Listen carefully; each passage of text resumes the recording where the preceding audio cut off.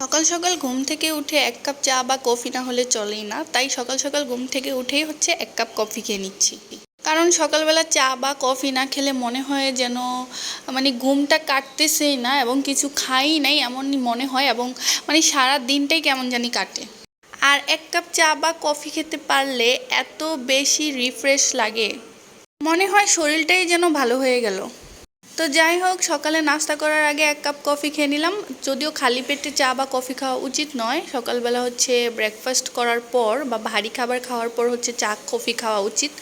কিন্তু দেখা যায় যে ঘুম থেকে উঠেই আমি এক কাপ চা বা কফি নিয়ে বসে পড়ি, যেটা একেবারে আনহেলদি এবং স্বাস্থ্যের জন্য একেবারেই ভালো নয়। এটা আমি জানি, জানার পরেও আমি আমার এই ব্যাড হ্যাবিট চেঞ্জ করতে পারছি না।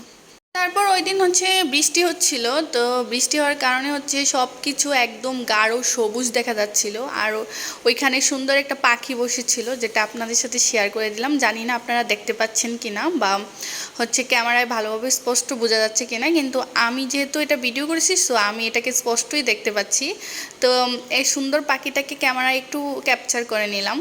আর ভালোই হয়েছে এইরকম একটা পাশে বা এই সাইডে বাসাটা নেওয়া হয়েছে, কারণ এতে করে গাড়ির কোনো গ্যাঞ্জাম নেই। তারপর এই সুন্দর প্রকৃতি উপভোগ করা যায়। তো দুপুরবেলা রান্নাবান্না আয়োজন চলতেছে।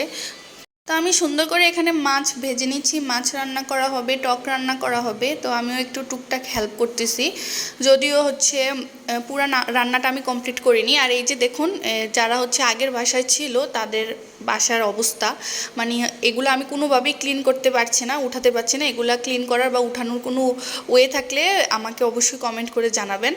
আর এখানে আমি চুলাতে টক বসিয়ে দিয়েছি। টকটা রান্না করা হবে। এটা ছিল আপনার ম্যাটোস পাতার টক।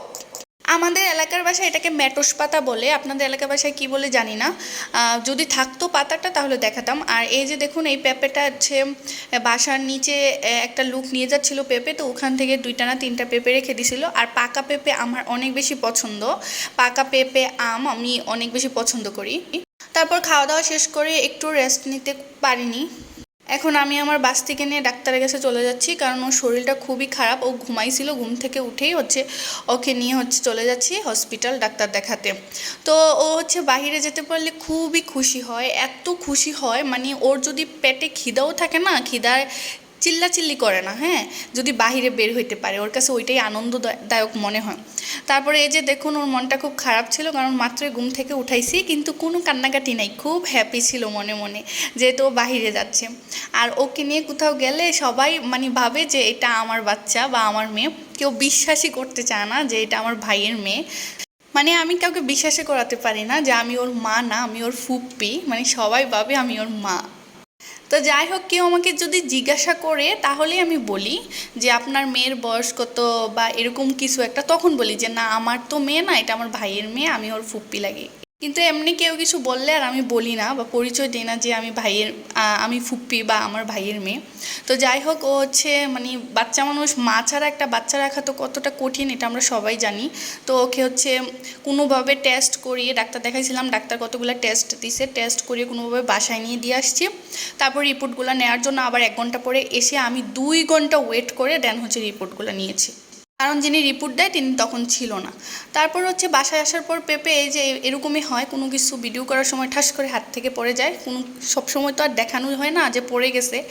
দেখুন কীভাবে ঠাস করে হাত থেকে পেঁপেটা পড়ে গেল। তো যাই হোক, আমি আমার পছন্দের ফলটা খেয়ে নিচ্ছি। তো আজকে ভিডিওটি এই পর্যন্তই। ভিডিওটি ভালো লাগলে অবশ্যই লাইক, কমেন্ট অ্যান্ড শেয়ার করে দেবেন। সবাই ভালো থাকবেন। টাটা, বাই বাই, আল্লাহ হাফিজ।